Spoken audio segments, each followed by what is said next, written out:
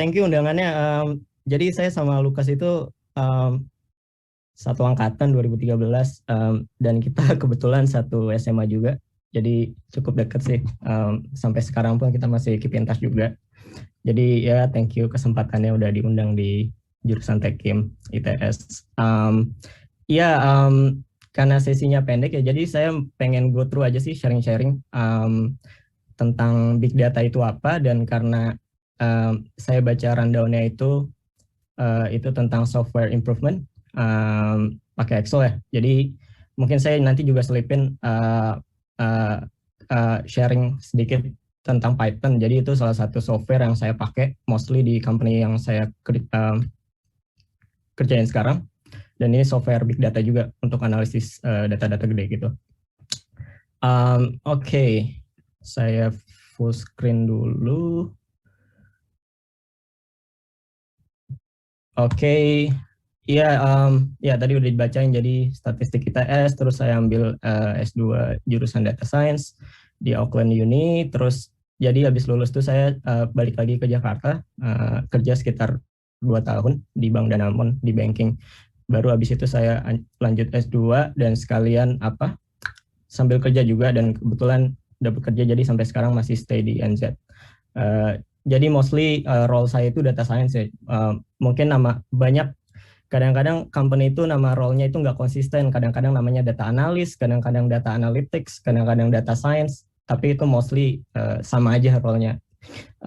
Itu tentang data lah intinya. Dan mostly di kerjaan di 3 perusahaan terakhir itu saya kerjanya di bagian industri tech ya, tech company atau teknologi company. Mungkin kalau di Indonesia kita tahu kayak company kayak Gojek, kayak Tokped, kayak Traveloka gitu-gitu. Ya agendanya, oke, nanti saya go through big data itu apa sih dan kenapa important ya, apalagi di zaman sekarang gitu. Terus saya akan juga go through biasanya software apa sih yang orang-orang data scientist atau orang-orang data analis pakai untuk analisis big data. Terus nanti saya akan juga sharing quick intro lah istilahnya. Salah satu softwarenya itu Python, dan juga ada case study juga.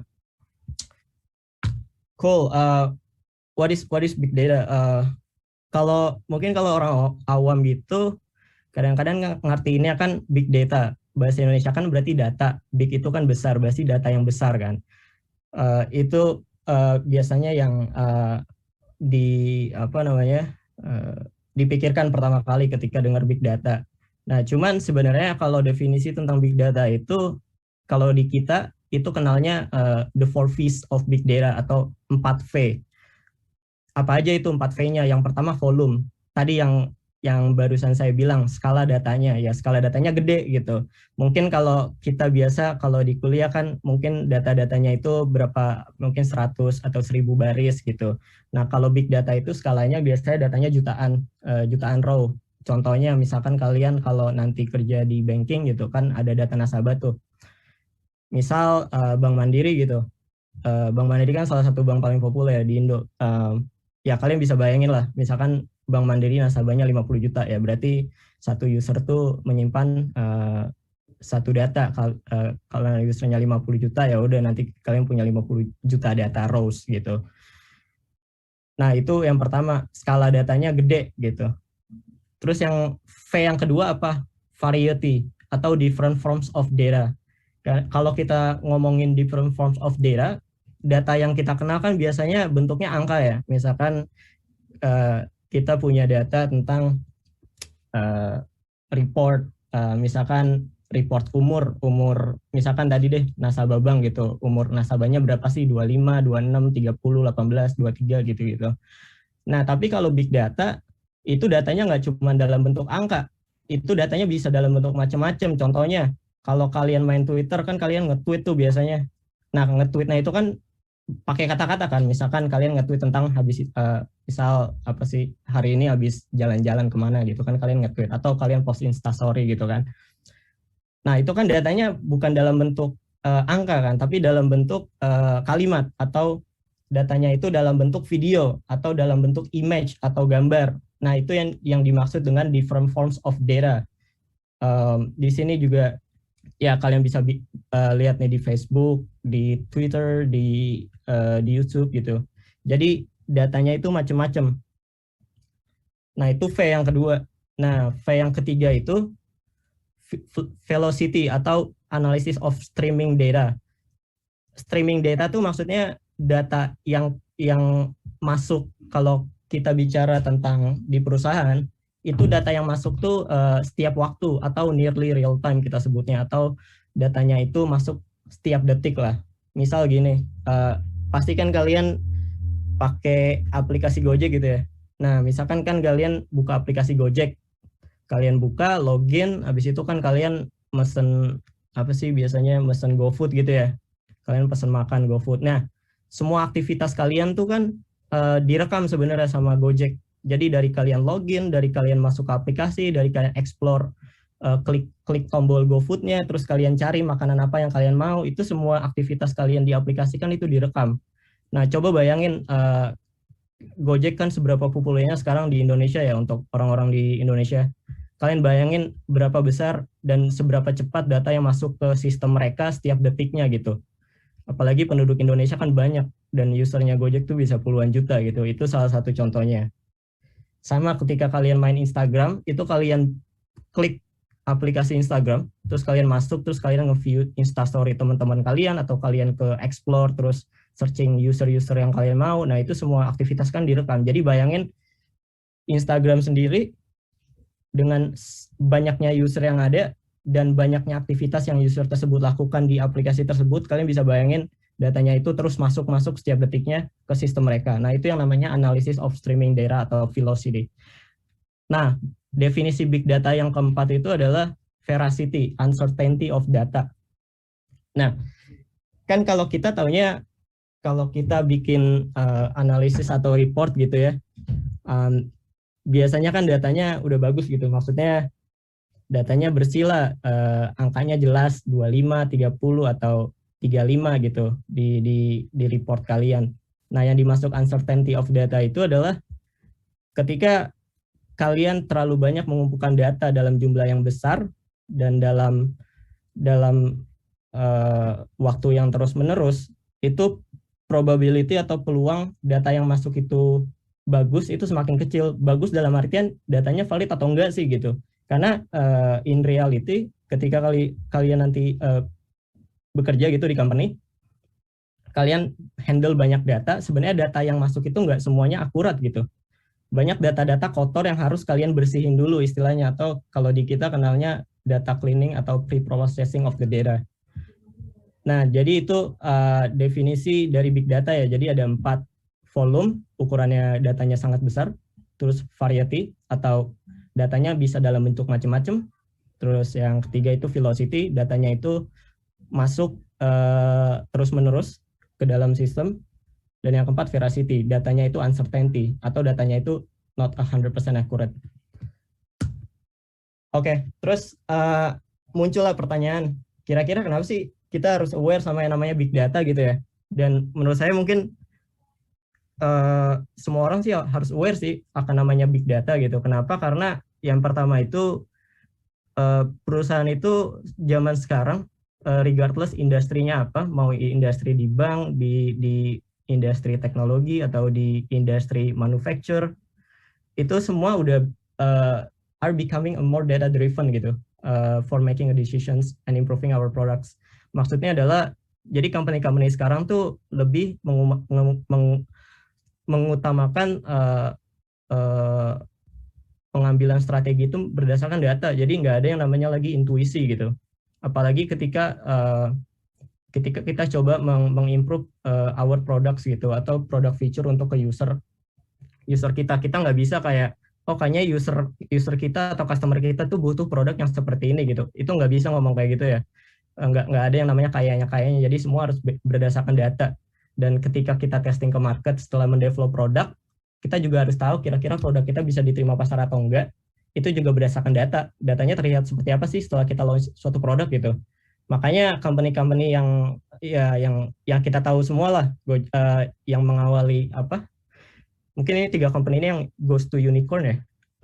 di Indonesia ada Gojek, Tokopedia, atau Traveloka bisa sukses sampai sekarang itu karena mereka menggunakan data untuk setiap keputusannya.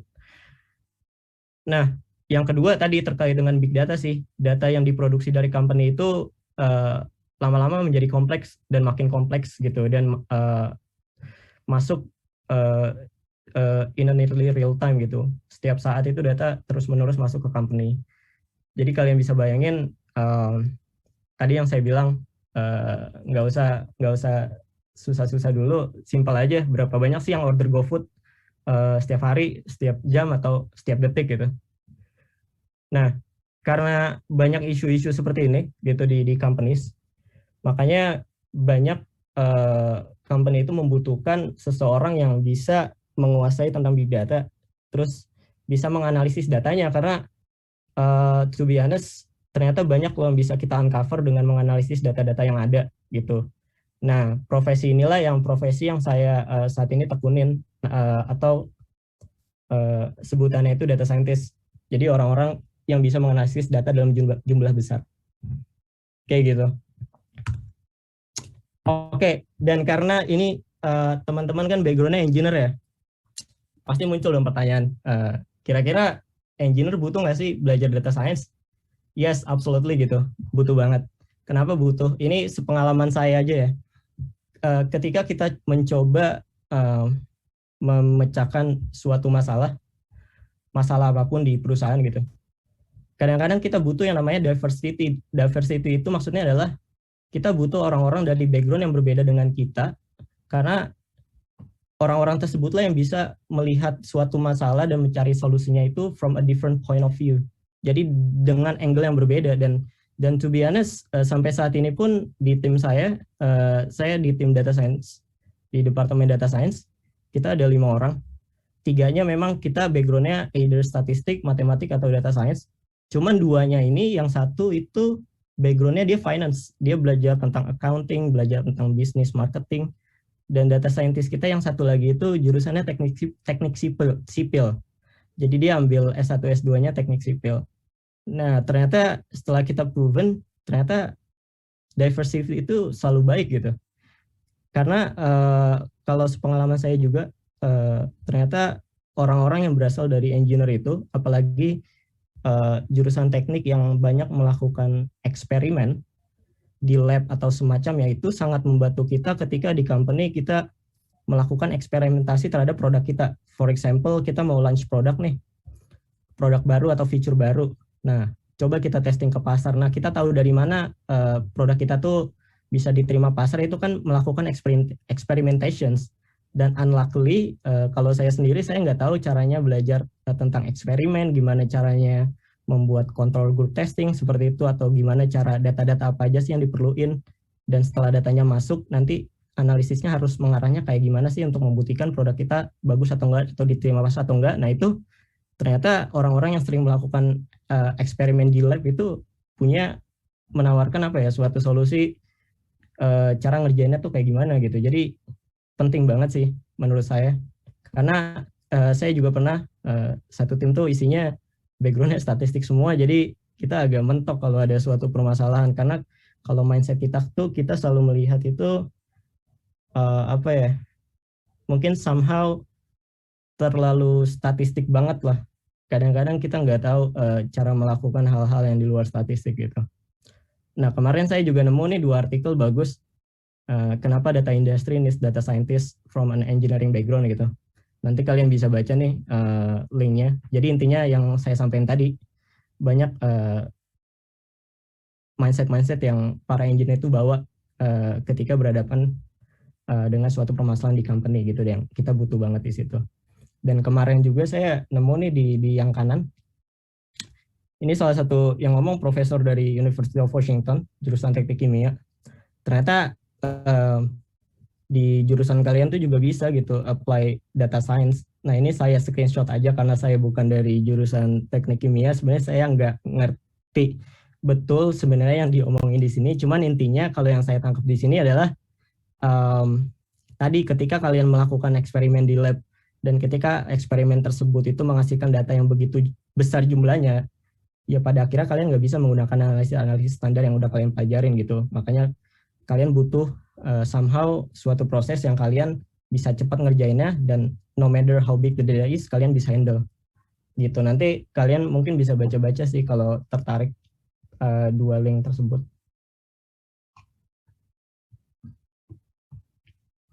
Nah, ini ada dua sebenarnya software yang paling populer yang kita gunain ini di industri ya, di company. Yang pertama itu namanya R, yang kedua itu namanya Python. Nah, ada dua perbedaan fundamental sih dari dua software ini. Dua-duanya sama-sama bagus gitu. Industri juga menggunakan dua software ini juga, tergantung company-nya sendiri. Ada company-company yang menggunakan R, ada yang menggunakan Python. Nah, jadi kalau R itu dia software itu yang buat orang statistik atau statistician. Dan karena yang buat itu orang statistik, jadi memang purpose dari software R ini yang sebelah kiri ini, itu memang pure untuk data analisis sama machine learning. Mungkin kalian pernah dengar machine learning juga ya. Nah, kalau yang kanan, yang kita akan coba have a quick look lah untuk software ini, Python. Itu namanya kayak ular ya, Python. Nah, itu di develop oleh programmer atau oleh software developer. Nah, bedanya adalah kalau R tadi kan spesifik banget tuh untuk data analisis doang atau untuk statistical analysis. Kalau Python tuh lebih multi-purpose, dia general programming language istilahnya, karena fungsinya itu bisa macam-macam. Kalian bisa develop applications, bisa aplikasi itu kalian bisa, atau buat website pun kalian bisa dari Python. Terus kalian juga of course bisa doing data analysis sama machine learning juga, jadi lebih lengkap sih. Terus kayak kalau aplikasi-aplikasi kayak Traveloka, Gojek itu juga salah satunya itu di-develop menggunakan Python. Jadi kenapa saya pinginnya, mungkin kalau kalian tertarik untuk belajar tentang data science, big data, dan lain sebagainya, ketika kalian ingin belajar software sih, saya nyaraninnya langsung belajar Python ya. Karena Python itu lebih general. Dan to be honest, memang lebih gampang dipelajarin juga sih. Begitu. Nah, terus yang bawah nih, slide bagian bawah, saya cuma state ini menurut opini saya sih, kenapa menurut saya belajar software ini tuh bisa buat kalian stand out dari other people in the industry gitu. Atau terlebih nanti kalian kalau udah mencoba ke dunia kerja ya, regardless of your background, maksudnya terlepas background kalian apa aja. Karena yang pertama, ya tadi, karena software ini bisa handle jutaan data gitu. Karena to be honest, nanti di kerjaan itu data-datanya gede gitu. Kalau kalian cuman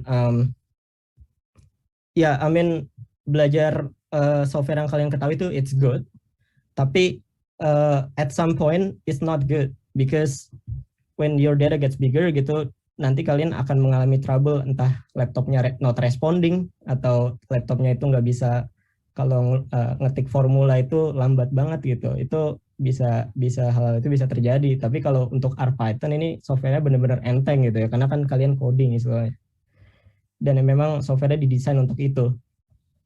Yang kedua, unstructured data can be analyzed, ya tadi, data-data misalkan data-data gambar, data-data video, atau data-data suara, atau data-data kalian tweet di Twitter atau Instastory di Instagram, itu semua kalian bisa analisis menggunakan dua software ini gitu. Terus yang ketiga juga, misalkan kalian punya report gitu, report apapun atau perhitungan apapun di Excel misalkan, yang istilahnya tuh repetitif atau apa ya, reportnya tuh gitu-gitu aja, diulang-ulang aja setiap hari, setiap minggu, atau setiap bulan. Itu dengan R sama Python tuh sebenarnya bisa diotomasi. Diotomasi itu maksudnya di apa? Ya di automate lah. Jadi otomatis nanti reportnya bisa produce gitu, tanpa kalian harus buka softwarenya, buka datanya kayak gimana gitu. Kalian cuma cukup simple running program yang udah kalian buat di dua software ini, nanti programnya di run, nanti reportnya keluar deh, tergantung yang kalian mau kayak gimana gitu. Dan itu penting banget, itu bisa save you a lot of time gitu. Ketika kalian buat report itu bisa 1 jam 2 jam, itu pakai R Python itu paling cuma 1 menit doang. Terus yang terakhir, allows you to do a milestone work in your company. Ya, maksudnya ketika kalian menguasai software yang advance seperti ini, software yang berbeda dari orang-orang yang kebanyakan pakai, ya kalian bisa ngelakuin hal-hal lebih gitu untuk company kalian. Mungkin kalau kalian tipe-tipe orang yang ambisius dan pengen selalu mengerjakan hal-hal yang lebih daripada teman-teman kalian, ya dengan 2 software ini kalian bisa banyak opportunity yang bisa kalian kerjain gitu. Walaupun itu sebenarnya bukan job desk kalian gitu. Nah, nanti kita mau habis ini kita mau go through tentang Python nih. Nah, jadi ada 2 hal sih yang perlu kalian install. Pertama software Python-nya sendiri. Terus yang kedua namanya Anaconda ya. Jadi dua-duanya nama ular ya. Nggak tahu kenapa yang bikin suka sama ular kayaknya. Jadi nanti kalian install Python, ini ada linknya. Nanti kalian ke link ini aja. Nanti tinggal pilih laptopnya Windows atau Mac.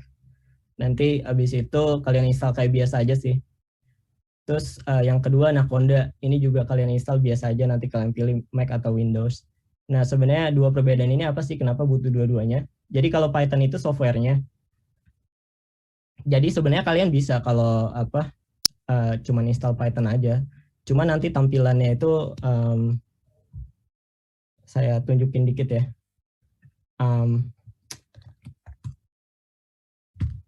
Sebenarnya bisa kalau cuman install Python, cuman tampilannya nanti hitam putih kayak gini gitu. Kan nggak kurang bagus aja dan rumit kelihatannya gitu. 1 + 2, 3 sama dengan 2. Gitu. Tapi kan nggak enak tampilannya kayak gini, kurang friendly lah sama user ya. Jadi saya menyarankan juga install Anaconda. Anaconda itu kayak untuk tampilannya, untuk UI-nya. Jadi kalian nanti codingnya tuh di Anaconda. Cuman back-end-nya itu Python gitu. Begitu. Mungkin saya langsung praktek aja ya. Ini gimana moderator sistemnya? Saya langsung tunjukin aja atau Q&A ada yang mau ditanya dulu? Mungkin bisa langsung ditunjuk aja Mas. Ditunjukkan aja, nanti Q&A-nya itu di terakhir. Oh, Q&A di terakhir, oke. Ya udah. Nah, nanti setelah kalian install 2 ini, nanti kalian buka aplikasi Anaconda-nya. Ini application ini. Buka.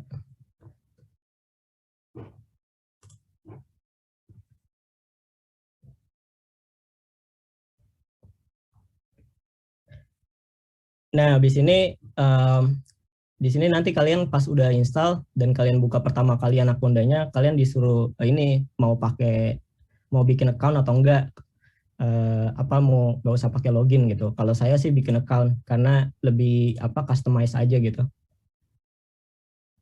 Jadi saya pilih account saya Rifki, saya namain gitu. Nah, nanti kalian pilih Jupyter Notebook. Ini nama UI-nya. Terus klik launch.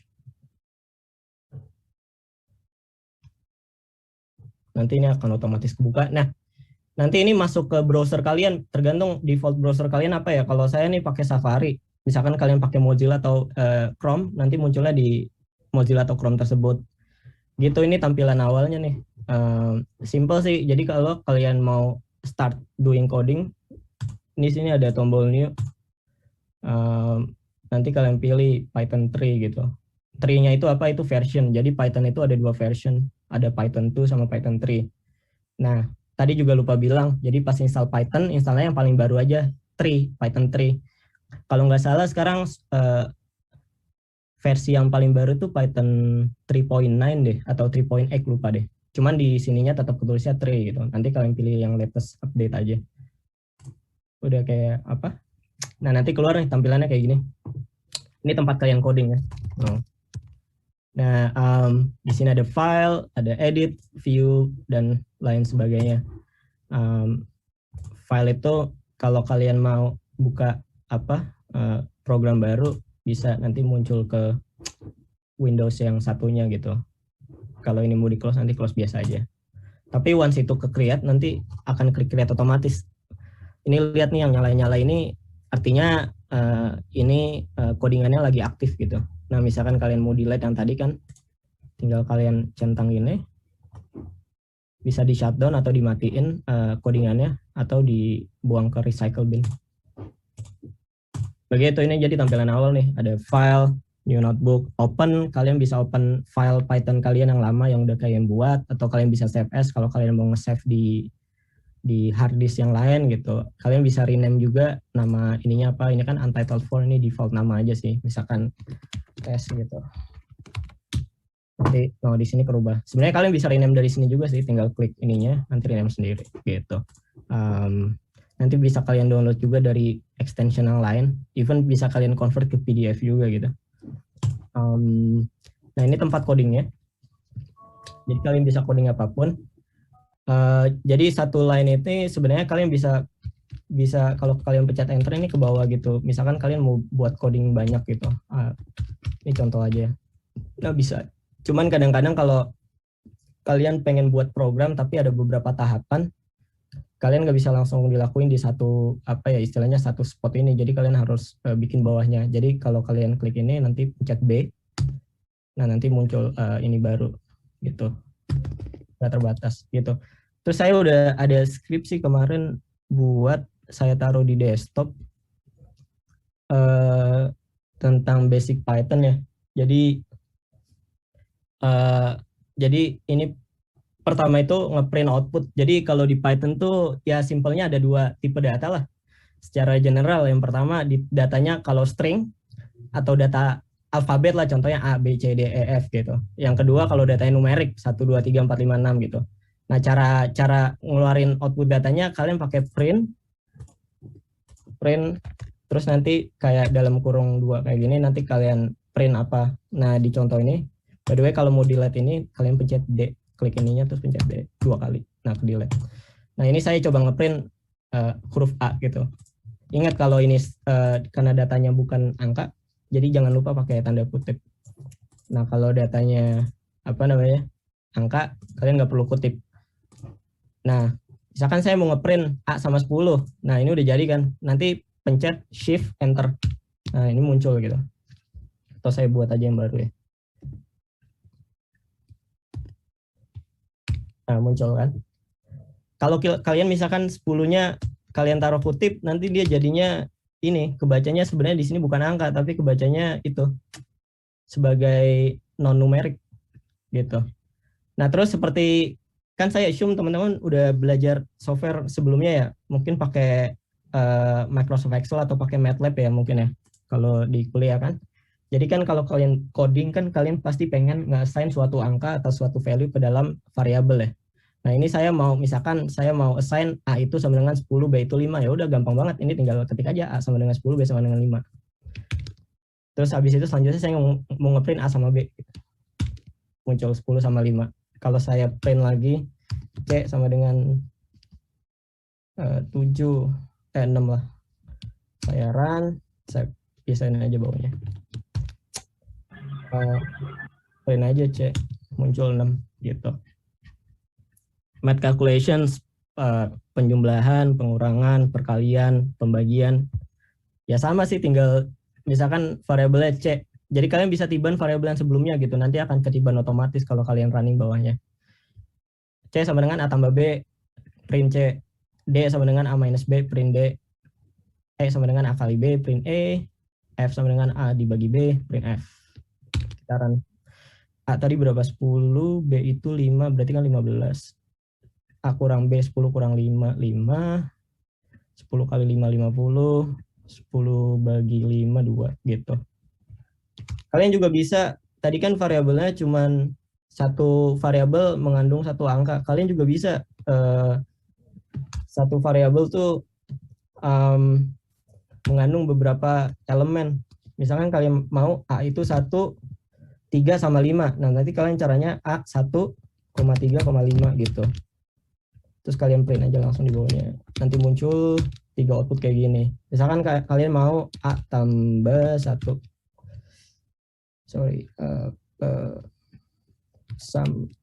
Mana ya? Misalkan kalian mau ngeluarin mengeluarin satu-satu nih isi dari A. A-nya itu kan ada 3 values. Nanti kalian langsung aja A sama dengan kalian looping seperti ini. Looping itu proses iteratif untuk ngeluarin angka-angka di dalam variabel A. Formatnya for I in A, print I. keluarkan 135, atau kalian mau for I in A print I plus 1. Berarti untuk setiap A di dalam list ini kalian tambahin 1 tambah 1, 2, 3 tambah 1, 4, 5 tambah 1, 6 gitu. Jelas ya kira-kira. Terus juga ada if functions, formatnya kayak gini sih. If conditions titik 2 expected output, else alternative output, mirip-mirip ya kayak di Excel gitu. Kalau pakai if kan juga kayak gitu. Cuman ini beda penulisan aja. Misalkan saya pengen tahu nih. Oke, tadi saya remove dulu ya. Saya run ulang lagi A, B, C.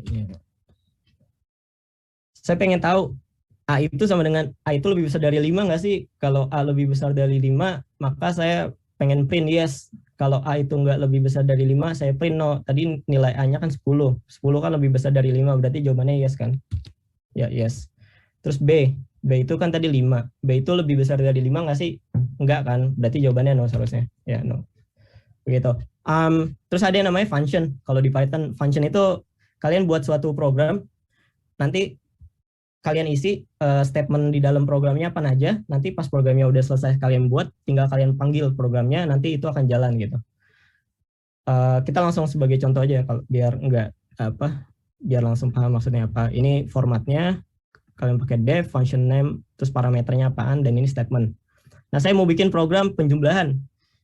Jadi saya namain nama functionnya itu summation, penjumlahan gitu. Parameternya saya pengennya dua aja lah, 2 variabel yang pengen saya jumlah, yaitu parameter 1 sama parameter 2. Saya pakai param 1, param 2.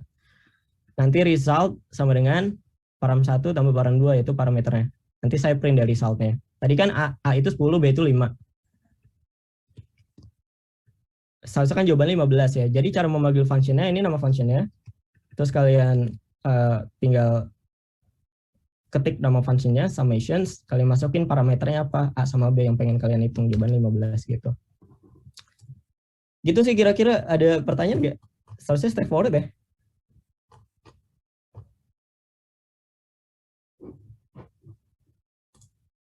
Oke, kalau nggak ada pertanyaan, langsung aja kali. Ini, jadi kemarin Mas Lukas tuh ngasih saya Excel tentang ini nih, tentang soal ini. Ini udah dibahas belum tadi sama Mas Lukas?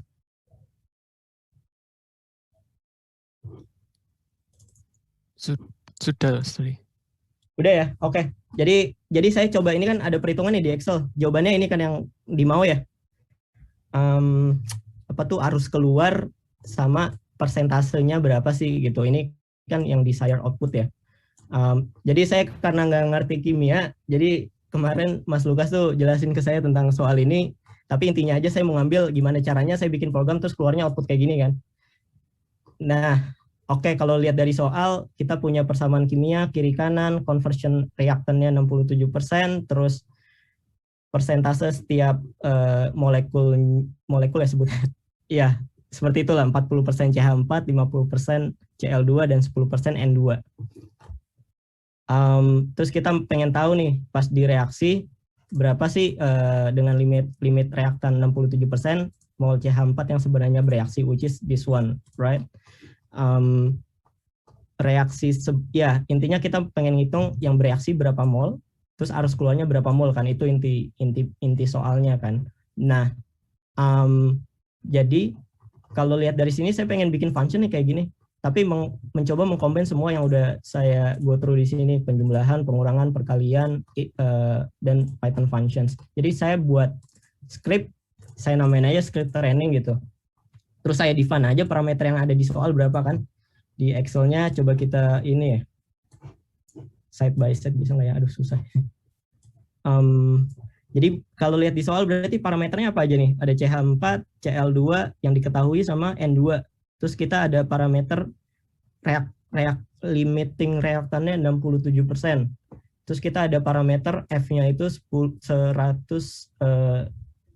ini ya, suatu unit 100 gitu. Berarti kan parameternya F, reaktan, CH4, Cl2 sama N2. Ya udah saya define aja di sini parameternya. Ini dari soalnya kan. Terus berarti karena ini kebetulan persentasenya ngepas semua ya, 40%, 50%, 10%. Ya udah berarti karena F-nya 100, saya define kan berarti CH4 dalam molnya itu kan F dikali CH4 ya. Seperti itu kira-kira lah. Terus yang bereaksi ini dari persamaannya kan kemarin si Mas Lukas bilang apa namanya?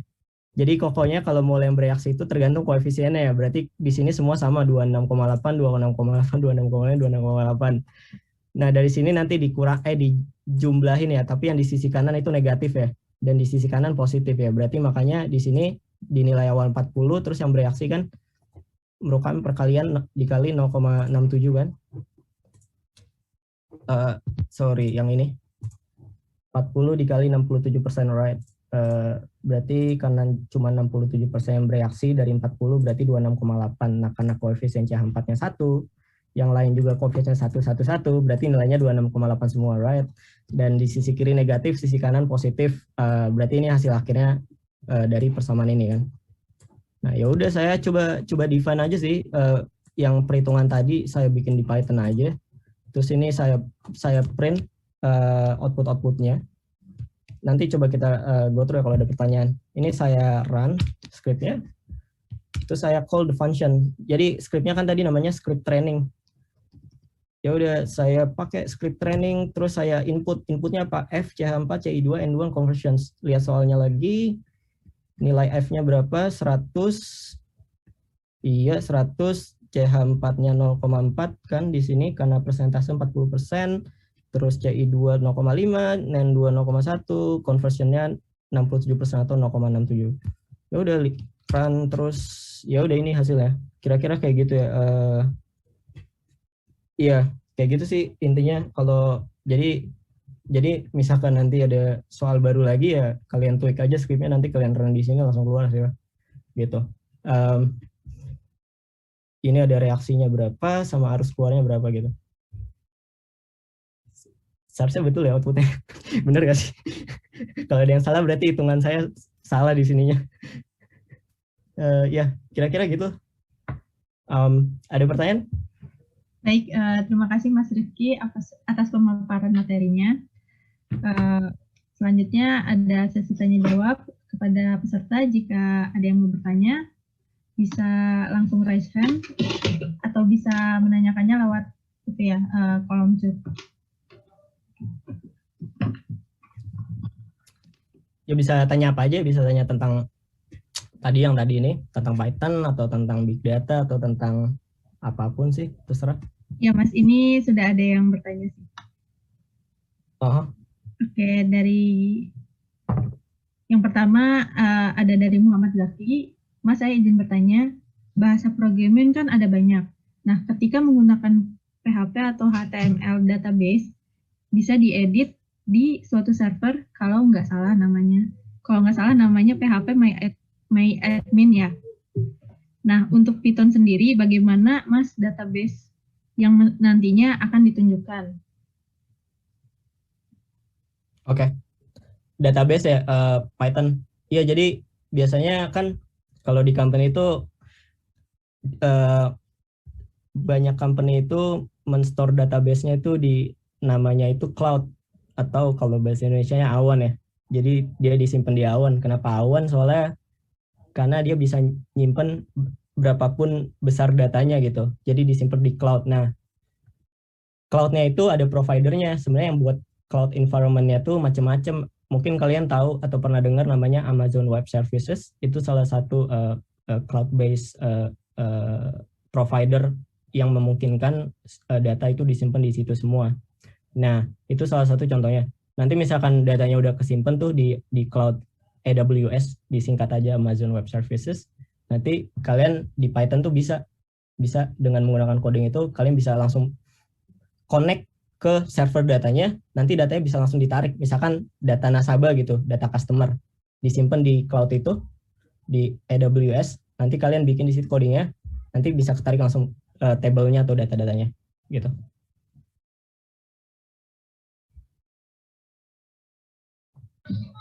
Baik, untuk Mas Zaki, apakah ada feedback?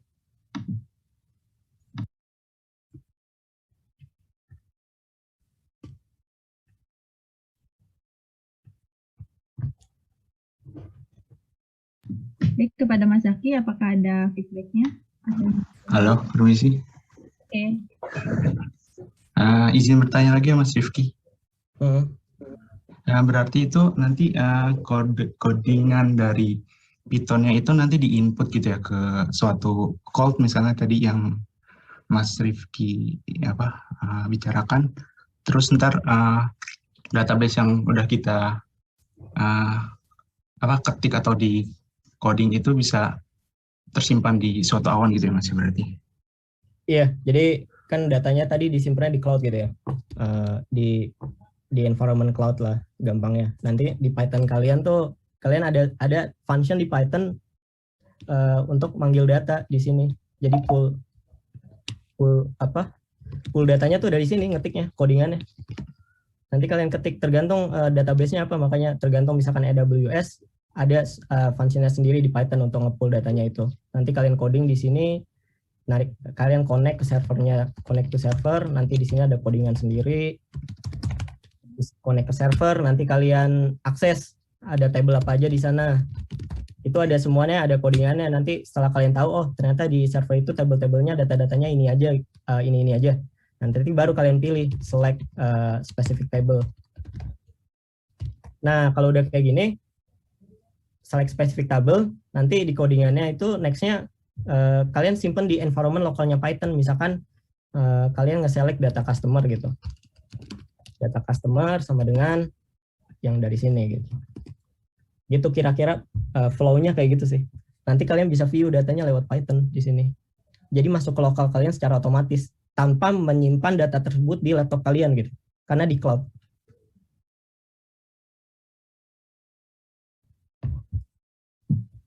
Baik, dari Mas Zaki, apakah ada feedback lagi atau bagaimana? Oke Mas, terima kasih ya Mas. Cukup menjawab. Oke, siap. Baik, untuk pertanyaan selanjutnya ada dari Mas Ahmad Habib. Permisi izin bertanya, untuk aplikasi R dan Python, apakah dapat digunakan untuk menguji normalitas data-data penelitian kita dan disajikan dalam bentuk statistik? Jika bisa, bagaimana caranya? Bisa banget, bisa banget. Itu biasanya dulu pas saya kuliah tuh anak-anak teknik tuh minta ke anak-anak statistik untuk dibantu skripsinya ya, untuk analisis data, datanya normal atau enggak, terus uji hipotesis H0, H1 ya. Jadi bisa banget nanti kalau mau dijelasin panjang, cuman kalian googlingannya normality test in Python misalkan gitu. Ini udah ada codingannya, kalian tinggal copy paste aja di sini. Tinggal kalian baca sih, ini ada apa? Ini misalkan mau cek normality checks, nanti digambar di histogram kayak gini. Tinggal kalian copy aja nih datanya.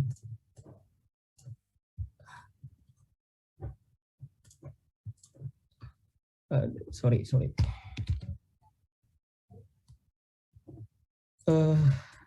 Kok nggak keluar ya? Oh, saya belum install ininya sih, package-nya. Jadi harus ada package yang harus kalian install. Kalian coba googling cara install pyplot tuh gimana di Python. Jadi intinya kayak gini sih viewingnya. Nanti ini histogram data kalian, terus kalian cek nih ada garis merah lurus kan, terus datanya kalian plot di garis merah. Intinya kalau data kalian normal tuh data-datanya itu mendekati garis merah gitu. Semakin datanya menjauh dari garis merah berarti data kalian nggak normal. Ini ada tes statistiknya juga. Banyak sih kalau mau di R juga normality test in R, tinggal googling nanti cari di sini. Karena sebenarnya ini sih tips dari saya ya. Kalau belajar programming atau coding itu jangan dihafal, tapi dimengerti langkah-langkahnya. Karena kalau kalian hafalin semua line ini itu nggak bakal inget. Jadi selalu googling gitu. Baik, terima kasih Mas Rifki. Apakah dari Mas Ahmad Habib ada feedback? Atau ingin bertanya lagi? Oke, cukup Mas katanya. Terima kasih. Selanjutnya ada pertanyaan dari Mas Dwi Nanda. Saya Dwi Nanda Pramudia ingin bertanya Mas. Saya pernah dengar katanya kalau mau belajar Python itu ada baiknya kalau belajar pemrograman kayak C++, Java atau lainnya. Itu gimana Mas? Maksudnya gimana?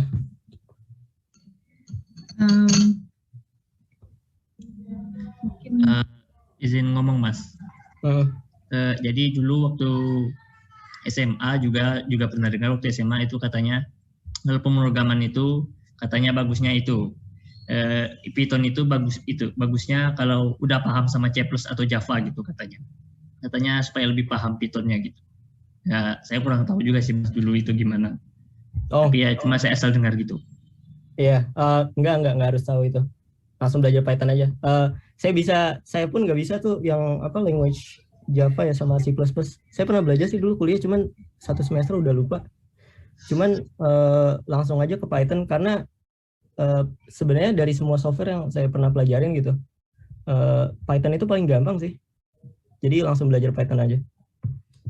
Dan dipakai juga pas kerja gitu. Kalau kalian taruh CV kalian bisa Python itu pasti bakal dilihat sama recruiter. Coba dijelaskan ini aja, Ricky, dijelaskan perbedaan bahasa sama software itu kayaknya perbedaannya maksudnya. Gimana? Perbedaan antara software sama software dengan language gitu. Itu kan berbeda sebenarnya. Java dan Python itu kan suatu hal yang berbeda. Ada itu satu language, satunya lagi itu software. Ngerti maksudnya. Ya, jadi kan udah tadi di slide itu saya bilang kan Python itu general purpose language ya, jadi bisa dipakai untuk macam-macam, bisa dipakai untuk develop aplikasi atau develop website atau analisis data, machine learning. Cuman kalau Java atau C++ saya kurang paham ya, maksudnya purpose spesifiknya apa, mungkin nanti bisa dicari tahu deh. Cuman setahu saya, karena saya orang yang di bagian data, Java sama C++ itu bukan software untuk menganalisis data. Jadi makanya saya emang waktu saya udah mulai masuk industri, saya langsung 2 pilihan tuh, either belajar R atau Python gitu.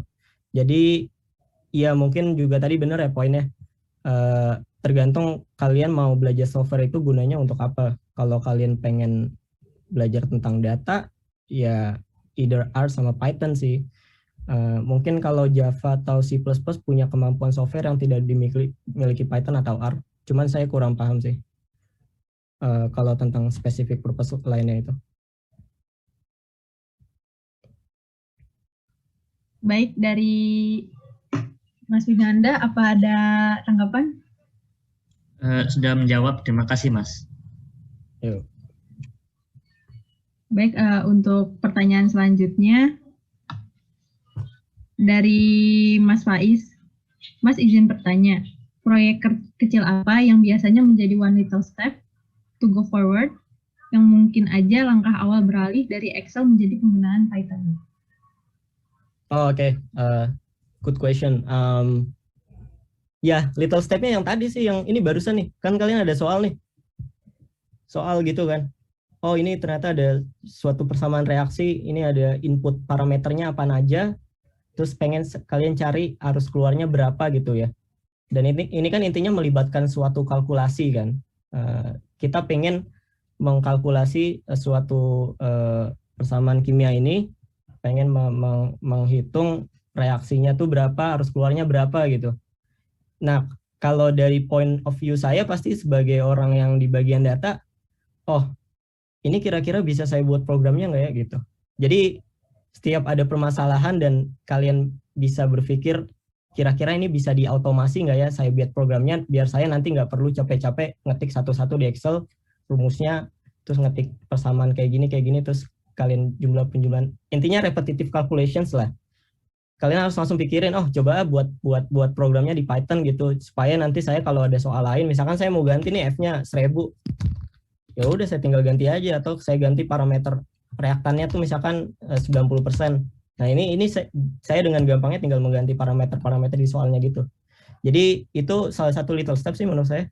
Karena kan dengan kalian buat nanti program kayak ini kan saya secara nggak langsung juga belajar, oh gimana sih caranya. Karena apa ya, kalau sepengalaman saya itu sebenarnya belajar programming itu melatih cara berpikir secara runtut sih. Karena kan ketika kalian mengcoding baris per baris, itu kan otak kalian di-challenge untuk bisa berpikir, Oke, saya harus kerjain step A dulu, step A selesai, saya lari ke step B selesai, saya lari ke step C, which is the output gitu. Jadi itu salah satu little step sih. Dan juga jadi saya di slide saya itu saya taruh juga gitu. Ini website yang 2 populer untuk belajar Python, nanti kalian bisa buka nih. Itu benar-benar diajarin dari awal banget sampai ke level intermediate atau advance gitu, tergantung kalian mau belajar sampai mana. Cuman ini 2 website ini bagus banget untuk kalian pelajarin. Saya juga taruh sih kalau yang pengen belajar data science sama big data, ini 3 website yang biasanya sih paling populer yang dipakai orang-orang yang berkecimpung di bagian IT sama di bagian data. Itu juga salah satu hal yang bisa kalian mulai juga sih. Gitu. Baik, dari Mas Faiz sendiri, apa ada feedback atau tanggapan?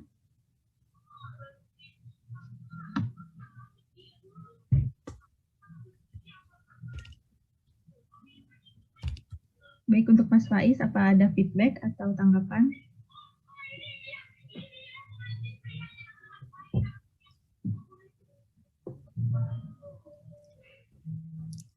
Mungkin bisa dicukupkan ya.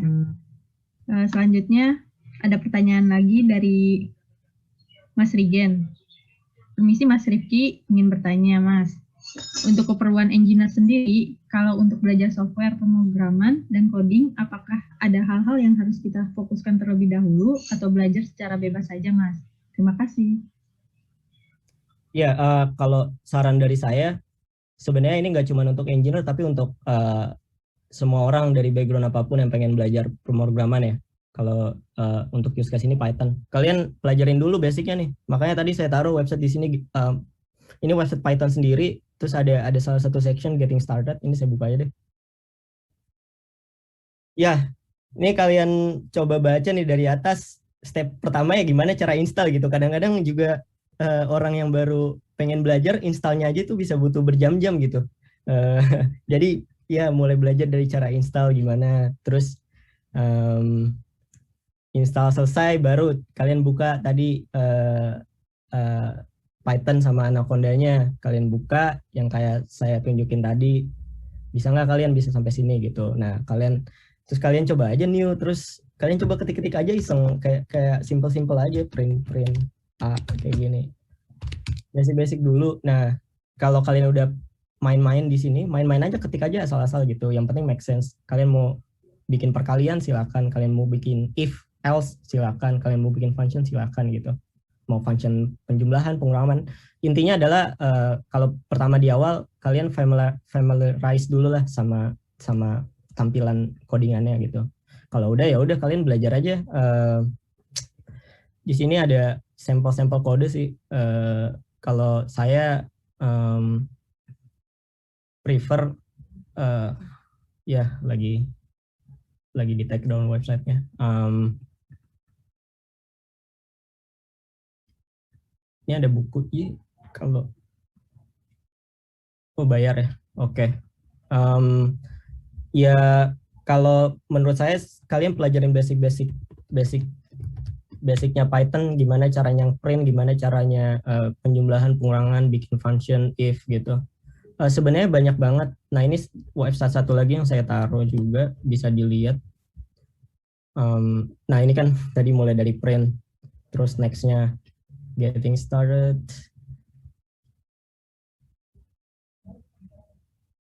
print, exit itu untuk exit aplikasi Python-nya.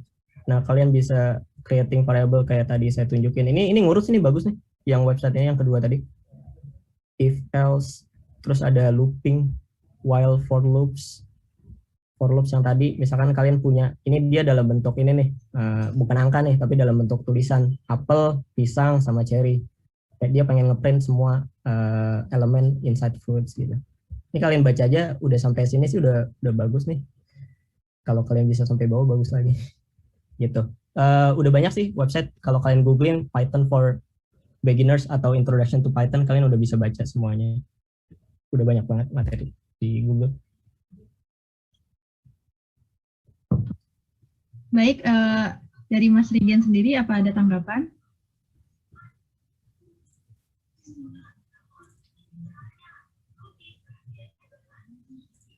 Oke, sudah cukup ya. Mungkin dari para peserta jika ada yang mau bertanya, silakan bertanya. Sebelumnya saya sendiri juga ingin bertanya, Mas. Ya. Kan kalau kami sendiri ini ada aplikasi MATLAB ya, kita juga belajar MATLAB. Nah itu perbedaannya itu apa ya, Mas? Dengan Python ini? MATLAB itu kalau nggak salah yang develop itu anak matematik ya. Ya namanya juga ada matnya gitu. Jadi ya untuk analisis data aja sih. Jadi nggak bisa, datanya juga ini bukan big data. Jadi kalian misalkan udah punya data jutaan tuh di MATLAB tuh lemot. Terus datanya tuh nggak bisa analyze yang unstructured atau data-data kayak sosial media, data-data Twitter itu nggak bisa, atau data-data gambar saya kurang tahu sih di MATLAB bisa atau enggak gitu. Jadi ya sama tadi kayak R mungkin ya kira-kira MATLAB itu. Spesifik untuk data analisis doang. Terus juga, ini juga sama kalau pakai MATLAB, nanti kalau udah di company kan server, kan company naruh data di suatu server ya. MATLAB itu nggak bisa untuk narik data dari server tersebut. Jadi memang kalau mau pakai MATLAB memang data-data yang udah kalian punya di Microsoft Excel sih. Tapi kalau di Python kan kalian bisa narik data dari server. Gitu. Oke, Mas. Terima kasih sudah sangat menjawab. Mungkin pertanyaan dari saya tadi menjadi pertanyaan terakhir pada sesi tanya jawab ini ya. Itu tadi sekian pemaparan dan sesi tanya jawab dari Mas Rifki. Dari pemaparan dapat saya simpulkan dari pemaparan mulai dari pengenalan big data, aplikasi yang digunakan untuk analisa data, serta pengenalan Python tadi, akhirnya kita tahu bahwa big data adalah suatu yang sangat vital di segala bidang industri. Istilah big data sendiri mengacu pada data yang sangat besar, cepat, dan kompleks. Big data ini sudah banyak digunakan di perusahaan-perusahaan besar untuk mengambil keputusan juga mengembangkan produknya. Maka itu penting bagi kita untuk memperdalam tentang analisa data. Sebagai seorang engineer teknik kimia, kita juga tidak terlepas dari data-data. Banyak sekali manfaat dalam mempelajari data analisa untuk memecahkan suatu masalah. Semoga apa yang telah dijelaskan oleh Mas Rifki tadi dapat menambah wawasan kita semua. Baik, terima kasih kepada Mas Rifki karena sudah menyempatkan hadir dan mengisi materi pada acara Himatek kali ini. Semoga kedepannya kita dapat berjumpa lagi di kesempatan lainnya. Setelah ini akan ada sesi foto bersama kepada para peserta. Mungkin bisa dinyalakan kameranya ya.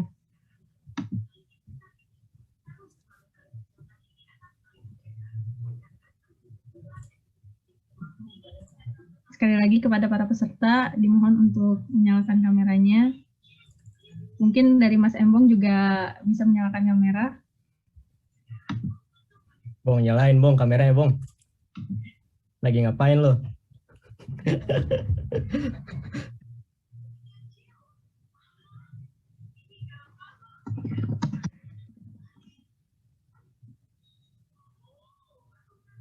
Masnya udah live kayaknya. Baik, kepada para peserta mungkin bisa on cam ya. Saya serahkan kepada operator, silahkan. Oke, untuk slide pertama ya mungkin ya. Ini bisa on cam dulu buat ada Riko, ada Mbak Alifa mungkin, ada Elvira, Mas Afri. Nah, oke, buat saya satu, aku foto ya. 1, 2, 3. Oke.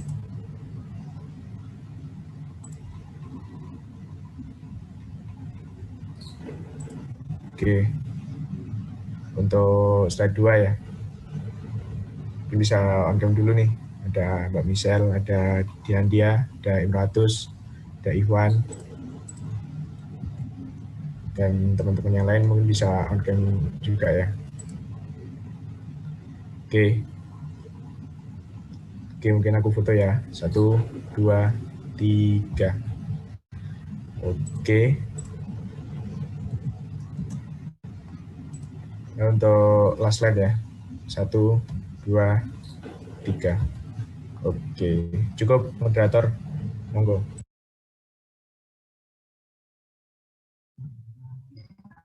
Baik, terima kasih kepada operator. Sekali lagi saya ucapkan terima kasih kepada Mas Rifki karena telah mengisi materi Matek pada kali ini. Saya sebagai moderator pada acara kali ini pamit undur diri. Sekian, terima kasih. Wassalamualaikum warahmatullahi wabarakatuh. Acara akan saya kembalikan kepada Waalaikumsalam warahmatullahi wabarakatuh. Ya, terima kasih atas kesempatannya moderator dan terima kasih juga untuk Mas Rifki karena sudah memaparkan materi seputar Big Data dan Python ya. Kemudian untuk agenda selanjutnya yaitu pengerjaan post-test, di mana pengerjaan post-test ini akan dilaksanakan selama 15 menit di intip.in/posttest Excel.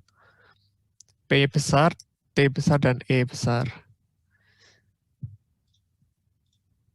Oke, selamat mengerjakan.